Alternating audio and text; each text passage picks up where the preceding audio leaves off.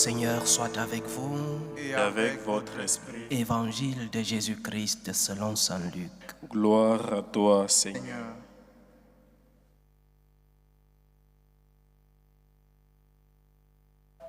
Beaucoup ont entrepris de composer un récit des événements qui se sont accomplis parmi nous, d'après ce que nous ont transmis ceux qui, dès le commencement, furent témoins oculaires et serviteurs de la parole. C'est pourquoi j'ai décidé, moi aussi, après avoir recueilli avec précision des informations concernant tout ce qui s'était passé depuis le début, d'écrire pour toi, excellent Théophile, un exposé suivi, afin que tu te rendes bien compte de la solidité des enseignements que tu as entendus. En ce temps-là, lorsque Jésus, dans la puissance de l'Esprit, revint en Galilée, sa renommée se répandit dans toute la région. Il enseignait dans les synagogues et tout le monde faisait son éloge. Il vint à Nazareth où il avait été élevé. Selon son habitude, il entra dans la synagogue le jour du sabbat et il se leva pour faire la lecture. On lui remit le livre du prophète Isaïe. Il ouvrit le livre et trouva le passage où il est écrit « L'Esprit du Seigneur est sur moi parce que le Seigneur m'a consacré par l'onction. Il m'a envoyé porter la bonne nouvelle aux pauvres, annoncer aux captifs leur libération et aux aveugles qu'ils retrouvent la vue, remettre en liberté les opprimés, annoncer une année favorable accordée par le Seigneur. » Jésus referma le livre, le rendit aux servants et s'assit. Tous dans la synagogue avaient les yeux fixés sur lui. Alors, il se mit à leur dire « Aujourd'hui s'accomplit ce passage de l'Écriture que vous venez d'entendre. » Acclamons la parole de Dieu. Louange à toi, Seigneur Jésus. Jésus commence sa vie publique en proclamant une année de grâce, une année favorable accordée par le Seigneur. La liturgie d'aujourd'hui est une liturgie ecclésiastique. Elle nous parle surtout de cette réalité institutionnelle qui est l'Église, notre mère, la Sainte Église. Le premier enseignement de cette liturgie, de ce troisième dimanche du temps ordinaire, est que l'Église, constituée par des hommes, n'est pas dirigée par des êtres humains. Si elle était dirigée par les êtres humains, elle aurait disparu, comme les empires. Rappelons-nous un peu dans l'histoire, les empires sont venus.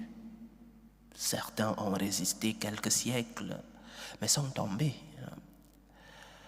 Tout ce qui est humain est caduc, tout ce qui est humain est fini. Mais parce que l'Église est dirigée par l'Esprit Saint, cette Église qui est sainte, parce que fondée et dirigée par Dieu, mais qui est aussi pécheresse, parce qu'elle nous a comme membres. Cette Église est sainte, mais des pécheurs. Mais les portes de l'enfer ne prévaudront point sur elle, comme nous l'a promis notre Seigneur. Cette promesse du Christ est encore en vigueur. Elle s'accomplit encore dans nos vies. Les portes de l'enfer ne prévaudront jamais sur notre Église. Et l'histoire nous enseigne que l'Église a passé des moments différents dans cette histoire, des moments de persécution, l'Église naissante, Nous célébrions hier la conversion de Saint Paul, persécuteur de cette Église naissante. L'Église est passée par cette période de grande persécution. Elle a un peu soufflé, elle a soufflé avec l'édicte de Milan, cette lumière constantinienne qui nous a donné une déclaration officielle de l'Église comme religion officielle de cet empire romain. Mais avant, il y a eu de grandes persécutions, et même après, les persécutions dans les lieux d'évangélisation. L'Église a vécu et a survécu avec le temps et avec les empires, avec les idéologies. Elle a survécu. Nous avons vécu dans des catacombes, nous avons vécu dans les déserts, nous avons vécu isolés du monde. Mais parce que l'Église a été fondée et est guidée par le Christ lui-même et surtout par l'Esprit Saint, les portes de l'enfer ne prévaudront jamais sur elle. Alors, nous qui avons une histoire, nous devons apprendre à vivre avec espérance. L'histoire nous enseigne que l'Église a été sur le point de disparaître. Nous avons été une minorité infime dans ces grands empires, mais nous avons survécu. Espérance donc. Regarde ton histoire, regarde l'histoire de ton Église. Regarde l'histoire et rends-toi compte de la main puissante du Seigneur qui couvre cette réalité qui est notre Église. Espérance. Espérance malgré les difficultés que nous traversons, par exemple en Occident où, avec cette déchristianisation que nous vivons, certains évêques ferment beaucoup de paroisses parce qu'il n'y a pas de fidèles. Qui va maintenir des paroisses sans fidèles? Mais malgré ces difficultés, gardons l'espérance, parce que l'Église n'est pas propriété des hommes. L'Église n'est pas propriété ni de ton curé, ni de ton évêque, ni du pape lui-même. L'Église n'est pas propriété des hommes, elle est propriété de Dieu comme fondateur et comme guide de cette réalité, le corps mystique du Christ lui-même. Garde donc l'espérance, regarde l'histoire et rends-toi compte de cette main de Dieu tout au long de l'histoire de cette Église qui a vécu des moments peut-être pires que les moments que nous vivons aujourd'hui. Mais parce que Dieu est celui qui a fondé cette Église, parce que Dieu, à travers l'Esprit Saint, troisième personne de la Sainte Trinité, parce que l'Esprit Saint continue d'alimenter son Église, les pouvoirs, les puissances, les portes de l'enfer ne prévaudront pas sur elle. Et l'Esprit Saint continue ce travail, je dirais missionnaire, tout au long de l'histoire de cette Église. L'Esprit Saint, pendant chaque période de l'histoire, fait naître des charismes, par exemple, des personnes qui sont le reflet de l'amour de Dieu et de l'espérance dans cette société malade.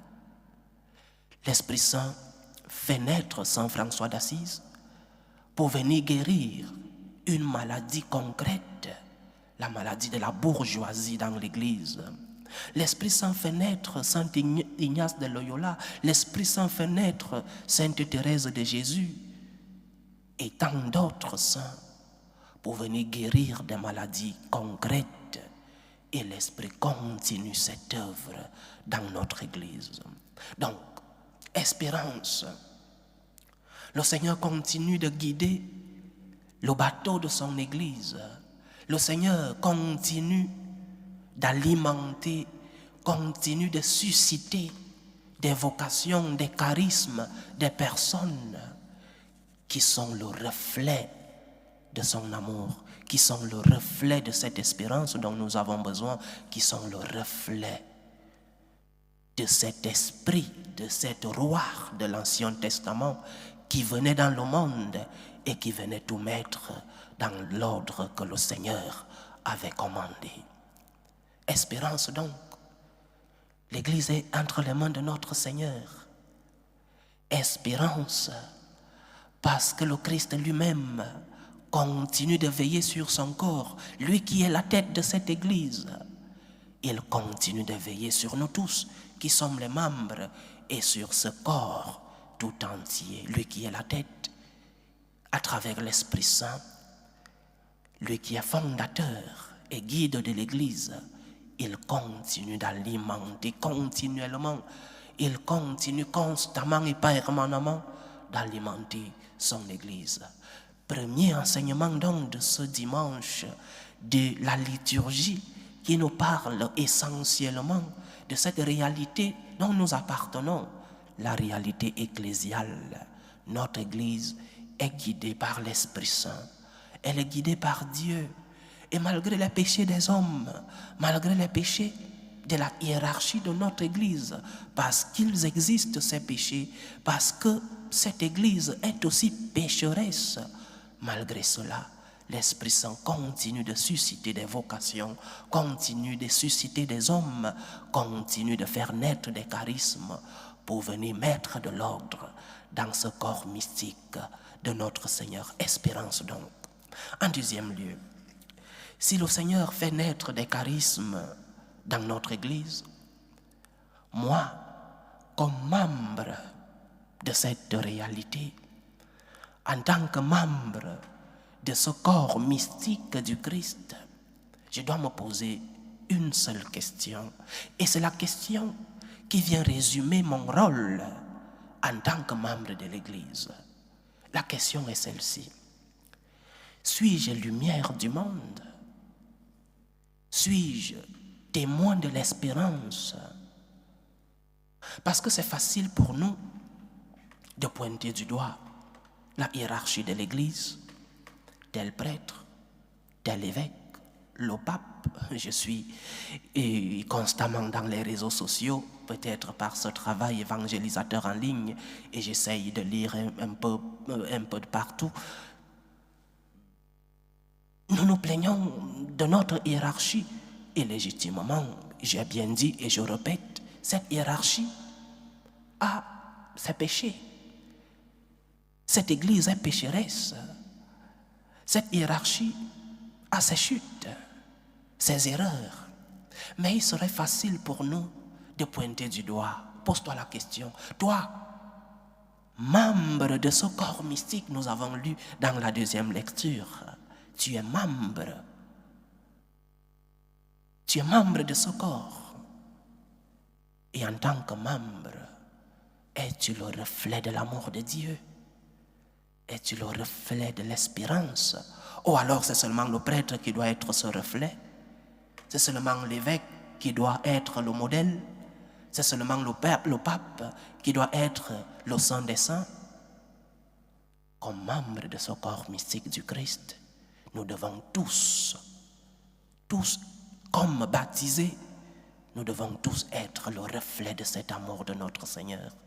Nous devons tous être des témoins de l'espérance, de l'amour de Dieu dans le monde. Lorsque nous ne sommes pas ce témoignage, lorsque nous ne reflétons pas cet amour de Dieu, nous ne sommes pas différents. Nous sommes comme ce que le pape Benoît XVI appelait des païens baptisés. Nous vivons comme des chrétiens, mais au fond, nous ne sommes que des païens mais baptisés. Pose-toi donc la question, est-ce que mon comportement est le reflet de l'amour de Dieu? Est-ce que mon comportement est lumière du monde, témoignage de l'espérance que le Seigneur nous annonce dans l'évangile d'aujourd'hui. L'année favorable, l'année de grâce, c'est aussi une année où nous, comme membres du corps mystique du Christ, nous sommes reflets de cette lumière que le Seigneur vient annoncer, reflets de cette bonne nouvelle que le Seigneur vient transmettre. Es-tu reflet, miroir, lumière du monde? Es-tu la lumière du monde lorsque, par exemple, lors de tes moments de croix, lorsque tu traverses des moments de trouble, des épreuves, lorsque tu vis ta passion, ton Golgotha, tu ne perds pas l'espérance. Tu dis comme Saint Paul l'a dit, qui pourra nous séparer de l'amour de Dieu? La tribulation, l'angoisse, la persécution, la faim, la nudité, le péril, l'épée. Qui pourra nous séparer de l'amour de Dieu? Saint Paul répond à cette même question dans cette lettre aux Romains. Il dit, j'ai l'assurance que rien ni personne ne pourra nous séparer de l'amour de Dieu. C'est cela le témoignage que nous donnons. Lorsque tu vis tes moments de Golgotha, tes moments de passion, rien ne pourra me séparer de l'amour de Dieu. J'ai cette assurance que rien ne pourra me séparer de l'amour de Dieu. As-tu cette assurance? Lorsque tu vis des moments d'épreuve, des moments de passion, si tu portes ta croix avec le Seigneur, la croix sera plus légère et ton visage sera le reflet de la toute-puissance et de l'amour de notre Seigneur. Tu seras lumière du monde, tu seras sel de la terre. Le Christ vient nous annoncer une année favorable. Il vient t'annoncer une année favorable. Fais de lui le centre de ta vie. Fais de lui le moteur de tes actes. Fais de lui celui autour duquel tournent tes mouvements. C'est en cela que se réalisera la promesse de cette année favorable, la promesse des enfants de Dieu, la récompense qu'il nous a faite, la récompense des enfants de Dieu, la félicité sur la terre, une félicité qui a un prix à payer, mais une félicité avec la grâce de notre Seigneur. Fais du Seigneur le centre de ta vie et cette année favorable se réalisera. Comme membre de ce corps mystique, sois lumière du monde. Collabore avec le Seigneur dans cette œuvre du salut. Dieu veut que tous les hommes soient sauvés et il pourra passer par toi pour sauver ceux qui vivent autour de toi. Que le Seigneur nous bénisse. Loué soit Jésus-Christ. À jamais. Jamais.